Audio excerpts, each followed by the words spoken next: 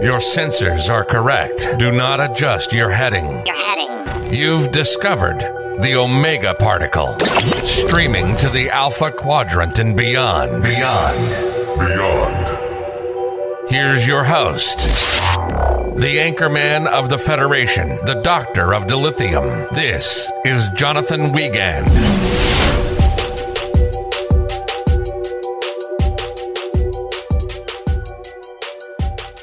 Welcome to the Omega Particle Podcast. I am your gracious host, like the man said, the Doctor of Dilithium, the anchorman of the Federation, and we have a big show for you today.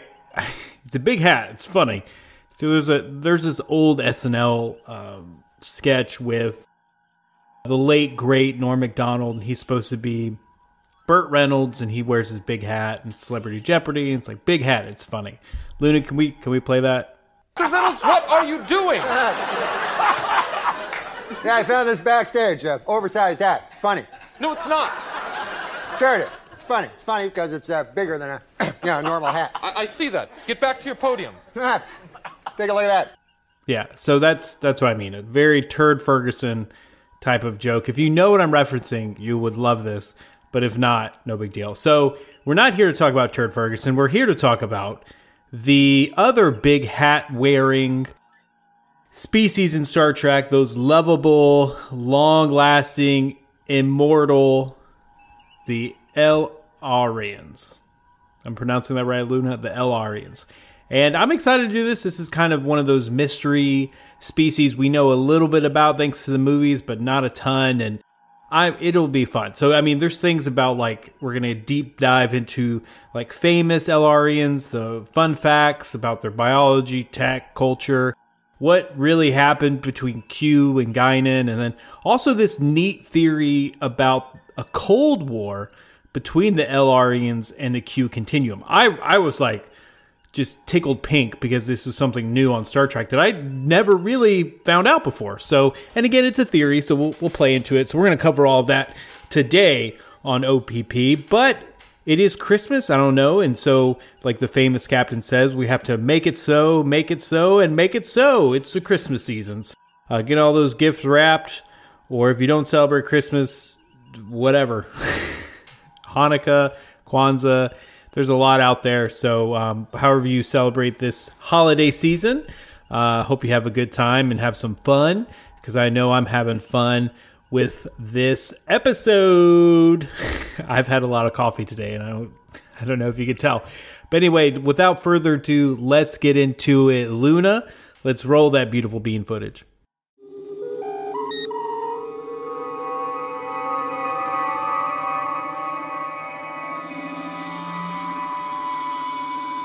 Like I mentioned in the intro, this is a long-living, almost immortal-esque type of species in the Star Trek world, the El-Aurians. And much of what we know about them comes from Guinan, and I'm not talking about a Gungan, if you're getting that confused with Star Wars. This is Guinan, the 10-forward bartender on the Enterprise D.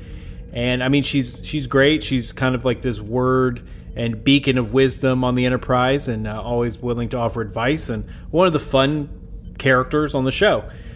And there's a scene between her and Q, I forget which season it is, what episode it is, but they kind of have this history, and so that's kind of what made me want to do this episode. It was like, okay, there's a history here, I want to deep dive it, so let's roll with it. So we're going to be covering a lot of canonical information. There's going to be a little bit of like side stories, as I like to call, like video games and books that we might kind of draw from a little bit, but it's not going to be a lot.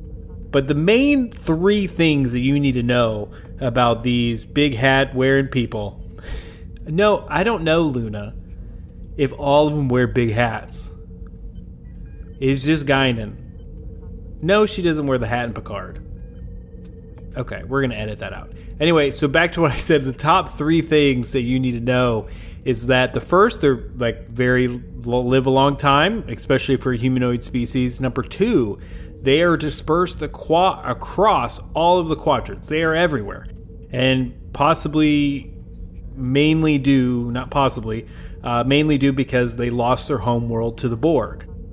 And the final thing is that they're often referred to as a race of listeners, people who collect tales and experiences, and that's what they value.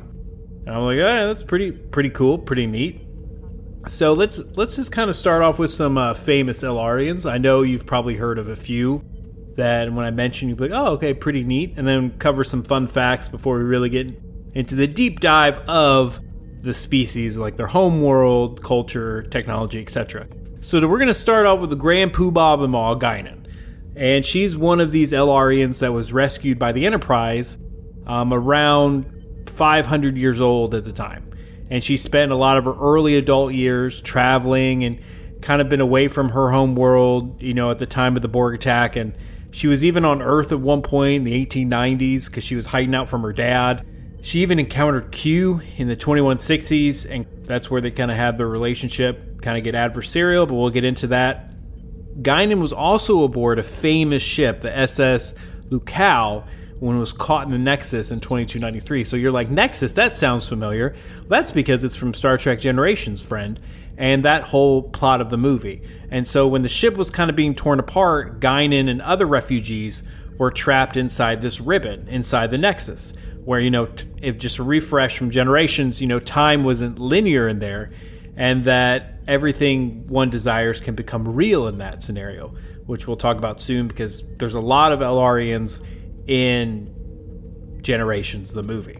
Guinan was rescued, and this echo of Guinan, I guess you could call, remained in the Nexus, and following the incident, she kind of had this sixth sense of different timeline disparities, and she could kind of detect when the timeline was going awry. And in 2365, Jean-Luc Picard invited her to become, this hostess, bar manager, bartender, whatever you want to say it. And she said yes, and that her and Picard, had this friendship that was beyond family, and they spent many years together. And then she was slinging synthahol and alcohol. I'm a synthaholic. Do you know, fun fact, Luna, that was actually one of the names that we debated for the podcast, was the synthaholics, but I think another podcast chose it, so we couldn't do it. But she's had a remarkable life. It's been noted she's been married 23 times, and I guess when you live like 900 years, that's going to happen. She's mothered several children, and she's supposedly an expert marksman. So she likes to love hard and shoot fast, as I like to say. Keeping in the Generations vibe and the famous El-Aurians, we're going to deal with the main baddie kind of with the movie Star Trek Generations, and that's Dr.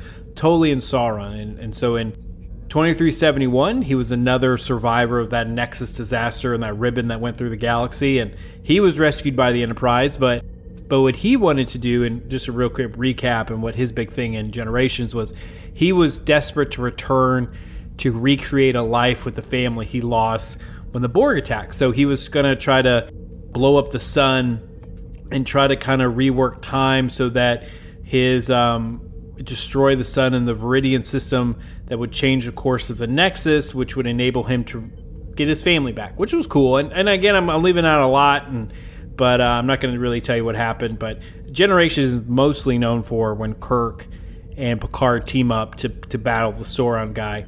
It's a good movie, but I don't want to spoil anything more if you haven't seen it. Moving on to another great, kind of less famous, but when I mention him, if you're a big DS9 fan, you'll ultimately know I'm talking about. And again, plug for our DS9 reviews that we're doing. And that is Martis Mazur. And so while at the same time Sauron's out there, not Sauron, Sauron. Sauron's like the dude from Lord of the Rings, right, Luna? Yeah. It's Lord of the Rings isn't my thing, man. I'm just not I love the movies. I need to read the books. I actually ordered the book. So I'm going to start the books because I have some free time over the holidays.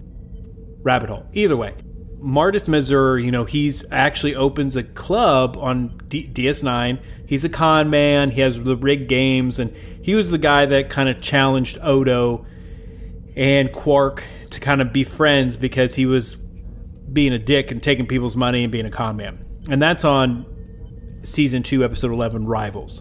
Now, however, that's only the biggies I could find. There's really not a lot of other El-Aurians out there that made a bunch of big history, but normally they're just very content, again, with listening and gaining experiences and gaining stories. So they don't want to make history, they just want to absorb history. I think that's the best way to say it. Moving on to some fun facts. So this is, if you ever get into Star Trek trivia at a bar one day, you can dominate if they have an El-Aurian section or a category. So Gene Roddenberry actually named Guinan after this vaudeville actress, Texas Guinan, who ran a speakeasy in New York City during the Prohibition. And the El-Aurians were actually named after El-Auria, the angel of flame in ancient Hebrew lore. The name was first heard on January 2nd, 1994, in the Deep Space Nine episode Rivals, which we talked about. Another fun fact is Guinan's relationship with Captain Picard has always kind of been a mystery, but at the convention, Whoopi Goldberg did shed some light on it and said that Roddenberry wanted Guinan to be very old and perhaps an ancestor of another character. And Whoopi said, I always assumed that Picard was one of my great-great-great-great-great-grandkids, something like that. And now we know through, Picard, the 3-season show, they actually have some history because Picard went back in time, in another universe, another timeline, and kind of met with Guinan and talked. So I'm not going to talk about too many spoilers with that. And fun fact is that Guinan was actually almost going to be in the DS9 episode of Rivals. But at the very last second, Michael Piller wanted this Martis Mazur, that character, to be her son. And for Guinan to appear in the episode and kind of like lambast him for being a con man. But unfortunately, Goldberg wasn't available and the script had to change. Due to that, he remained an El-Aurian, but all the references were taken out. So moving on to some of the funner stuff, as I like to say, it's funner a word, I don't know. And we're going to talk about their home planet. So we see this in Star Trek so many times, is that we have species that will share the name with its system and planet as, their race. So that's like us being like, I'm a human from the planet human. So it's like, okay, well, it's like not very imaginative, but maybe, I don't know. Only thing we know is that El-Auria is kind of named after, I think, its primary star, El-Auria. So it's like, okay, so they're the El-Aurians because their star is El-Auria. Again, super, super cool and great writing there, Star Trek people. Anyway, the location is very vague. I try to get a lot of references for this, and it seems like they're kind of deep in the Beta Quadrant, or even lightly in the Charlie Quadrant, I guess you could say. It's not really mentioned. It's kind of where the Borg, came through the mid to late 23rd century, and what we know is the Borg were making their way through the neutral zone between the Romulan and the Federation space, and they were expanding at that time in 2365, so that's when we know that for a fact. And so El-Auria was assimilated 100 years prior to this, so the Borg would have still been encroaching to the Alpha Quadrant, so it makes us think, okay, that's deep Beta Quadrant, just using like simple logic. Of course, El-Auria is an M-class planet, and it's kind of like the hub of their community and their society. Their cities on the planet include Larazi, Sodora, and a lot of smaller, like, outlying settlements. It is noted that civilizations could be tens of thousands of years old, and considering their lifestyle, they must have been spacefaring for a super long time. However, for such an ancient civilization to fall to the Borg, we can infer that, that level of technology may not have been that advanced.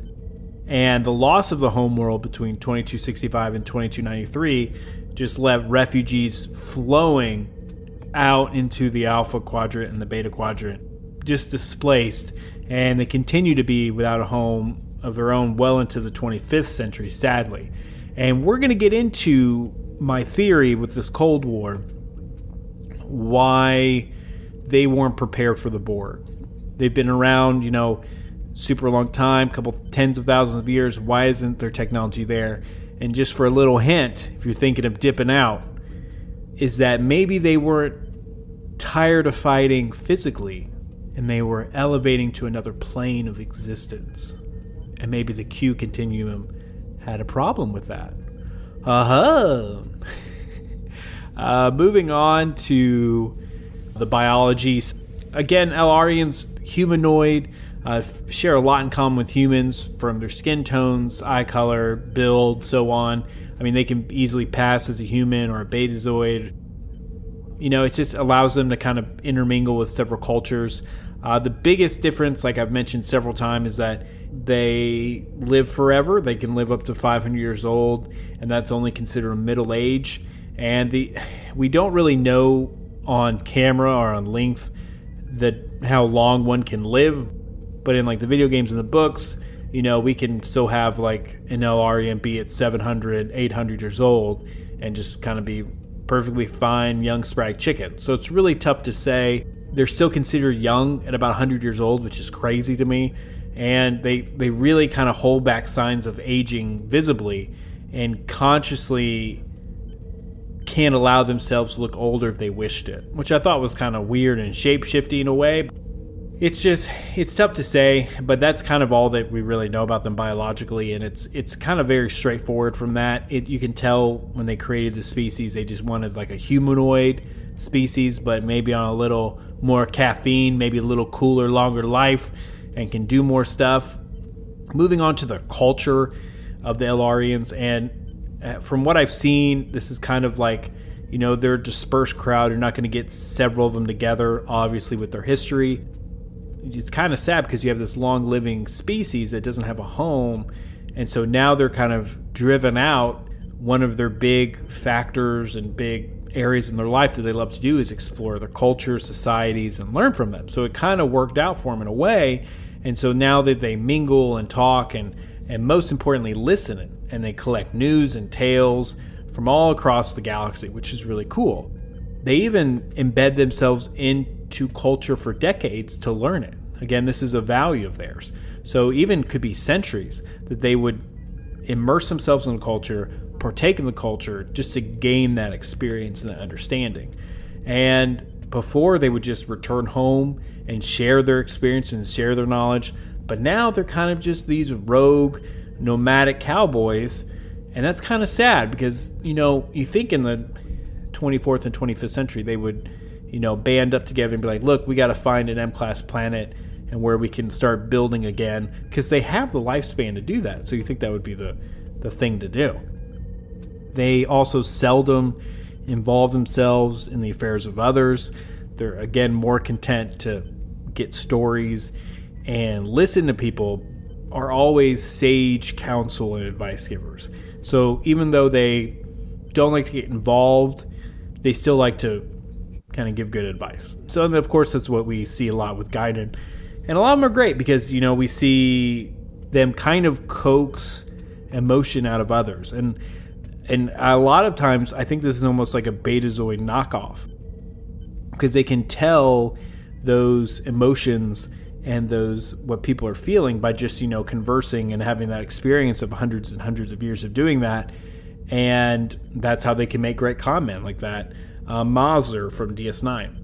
And again, we learned a lot from that DS9 episode because I think there was an old woman talking to him about her mining rights, and she's like, it's so easy to trust and open up to them. And that's kind of always been said about their culture and them as a people, that, you know, a lot of them can just blow up on them and throw up on them with all this information. And that's great because that's what they value. So of course they're going to be like that and want people to do that to them. So it's just kind of interesting to see, again, that they don't have a plan, as I can sell on media or on books or video games, a plan to kind of resettle. And also coming to one of the last tidbits of their society, getting into the technological advancements and the techie part of their culture. So they are kind of behind the scenes a little bit when they come to other worlds. Like, they don't have a lot of colonies. They don't really try to expand that way as other worlds and other species do. Most of their gear and tech and lifestyle would almost be a collaboration of all the cultures that they've kind of surrounded themselves with and interacted with. As an observation, and even a speculative one at that, I would think this is simply all down to how their society operates, like what works best for them. With their long lives, they really don't need to kind of get anywhere fast. So better warp speeds might not have been a priority for them at the end of the day. So if they do Archer and they can pull a max warp of 5, they're happy with that, because it's like, you know what, we're going to live for 1,000 years. Who cares if it takes us 30 years to get to the other side of the quadrant, because now we can meet ships and have stories and, be on an adventure for 50 years. So I get that. I mean, why hurry when you find enjoyment and peace in the journey? That's all I'm saying. Another fun fact is that they spend a great deal of their lives outside of childhood wandering. It means that, they have little use for colony. So why colonize other planets if you're not even really trying to stick home? You're just going. So kind of go again for why they big differences culturally from the Romulans or the Klingons or even the Federation. They're nomadic almost in a way, even before they lost their world. So moving on to one of the last couple tidbits of the episode and of the species, but something I'm excited to cover, and that's kind of this Q versus Guinan. So in this episode of TNG, we see Q has a fear of Guinan, which is weird because we see this arrogant kind of douchebag walk around and play trumpet and kind of walk all over the bridge crew, and all of a sudden they have this hostility between each other, almost like cats. Guinan's like with the I don't know, cat claw hands. I don't know the best way to describe it. And it's even mentioned in Picard Season 2 episode titled Monsters. And this long-standing mystery of the hostility between Guinan and the Q is kind of finally addressed, because towards the end of the episode, Jean-Luc is seeking the help of a younger Guinan in her San Francisco bar and to summon Q and confront him. It's revealed that the El-Aurian race has a history with the continuum, and the Q's kind of been fearful of Guinan. And it might be because in Monsters, Guinan provides this insight that she mentions this Cold War between the two species, and doesn't go into any detail, thank you, but doesn't go into any detail about the conflict. So it just may be rooted that these El-Aurians are very time sensitive and very, like I mentioned before, they were very sensitive to changes in time, so maybe Q's tendency to manipulate reality, they didn't really get along. Eventually, it sounds like, according to Monsters, that the two species reached a truce, quote-unquote, over a bottle. And this Cold War came to an end, and that this bottle plays a critical role in Picard's summoning Q. Guinan again explains in this episode, as Q appears, that she has this ability to summon Q at will, which may be the source of his fear, because you have to think, this guy's roaming around the entire galaxy willy-nilly doing whatever he wants, and then somebody could pull him out at a moment's notice. I guess that would be more intimidating and scary for him. Who knows? I did like how in Monsters of Picard, that Guinan kind of refused to view the Q as gods or as anything, that this higher omnipotent power, kind of this reverence, this fear involved with them that we see in TNG and Voyager. But she kind of views them as, as a tangible species, something that you can understand. And it's really neat, because so long in Star Trek we view the Q as this unknowable, almost godlike status. And then Guinan and hopefully all El-Aurians are like, nah, we're not buying that. The Q's not deity. They're just a species like everybody else. We just have to understand them. So this is what I'm excited about. We're talking about this Cold War theory. Again, like I mentioned at the beginning of the episode, I was rewatching the TNG episode. I think it's called Transfiguration. Is that right, Luna? I was just watching that, and in my own free time, because I love Star Trek. That's what we do. I think that, to me, what was happening is that the El-Aurians were kind of, how can I say this, ascending in a way. They were going to a higher plane, and that this doesn't happen instantaneous in the species. It's a rather slow process, and it takes a long time for the species to get that way. So that's what I think what happened. The Q and the El-Aurians had their path crossed, and it's the Q were just starting to kind of mess with them maybe, and kind of just be a little dicky to him and douchebag to him. He's done that before many times.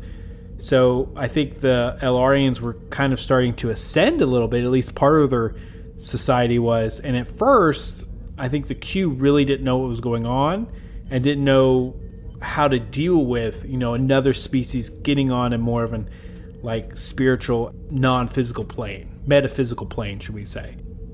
Kind of challenged the Q in a way and kind of throws a galaxy hierarchy into cahoots, and they don't like it, and kind of starts this Cold War. And maybe that the Q retaliate and kill some of the El-Aurians, and the Q and the El-Aurians go back and forth, and it's just like a Cold War, because again, it's just they don't want to wipe out each other's species, because that's not cool. It's kind of mutual destruction. So I think this Cold War era begins. The El-Aurians are on their way to ascension, going higher to another plane, and so some have done it, some have not, and then a lot of them might have been destroyed by the Q. And the surviving ones say, hey, for the sake of peace, we won't ascend. We'll just go back to our nomadic spacefaring ways, and we will just, and you don't mess with us, we'll be cool. It's kind of a truce, an agreement. We're not going to encroach on your territory. You don't be dicks to us. We're cool. And I think that's kind of what they agree on. And it almost sounds like that there was an agreement reached with the Q for them to say, well, we won't ascend and go to a higher plane, but you promise to watch out over us. And I think that's also a big reason why the Borg show up on their doorstep, and they're kind of, again, fighting on this metaphysical plane, not really worried about weaponry or, hard technology on their planet, and they haven't developed these military capabilities. And then all of a sudden, they turn to their new allies and be like, hey, Q, you're supposed to help us fight. We hope to protect us. Can you help us out? And that the Q could be dicks and be like, well, you know what? We were told you that your protection would come from non-corporeal entities, not biological ones. So sorry. I think that's the perfect explanation, because I could see the Q reading the fine print and being absolute a-holes and holding their feet to the fire and being very technical about it, and kind of just being, again, like dicks. Being like, well, technically we agreed only non-corporeal and that we protect you that way. That's what we meant, not biological. So then the Q can see the El-Aurians wiped out and flung across the galaxy, sadly. I really like this theory. I think it holds water because it definitely goes with the Q's attitude and the way that they've interacted with all other species on Voyager and TNG. So I like it. We're going to keep it. So overall, as we wrap up this episode, the El-Aurians, they've had this great horror befall them with the loss of their planet to the Borg. And they have some cultural pursuits of gaining stories and experiences for this nomadic lifestyle. But, they've been deprived of a planet to return to. So with that, their numbers have just diminished greatly. And, with a long-living species like this, you think that their lives would go at a slower pace, often, parenting multiple children over the centuries, but it just doesn't seem that's the case anymore. So does this spell the end for them or not? I don't know. I probably would say not. I think that, they're wise enough and incredibly capable of adapting in any situation and persevering. So a good life lesson by the El-Aurians to persevere and keep going. But yeah, overall, that's the species. Those are the big hat wearing. Yes, Luna, it's just one person wearing a big hat, and that's Guinan. Either way, I'm looking forward to hopefully one day them deep diving into this, maybe getting an episode about it on Strange New Worlds, or maybe even something in the movies. I think it'd be cool. So I hope you enjoyed our deep dive onto the El-Aurians. And again, thank you so much for listening. And Luna, let's wrap it up.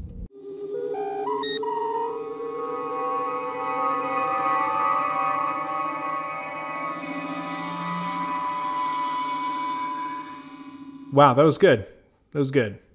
I'm always really happy to get back into species deep dives and kind of opening the crate of mystery with these random small species that, you haven't really heard of too much, maybe in a few episodes, and really deep diving and uncovering some really cool Star Trek lore. So I'm happy to do that, and always fun to do with you people. And Again, I know I've said this before. Thank you so much for listening to the podcast. Thank you for reaching out on social media and talking with me. I always love interacting with you guys. And I think we're up to 43,000 followers on Instagram. So continuing to blow up. So if you want to reach out, we're spending a lot of our time at the team and me.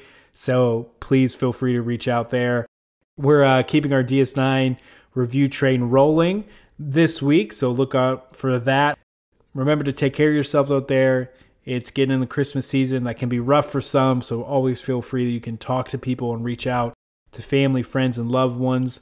And like always, second start of the right, straight on, till morning.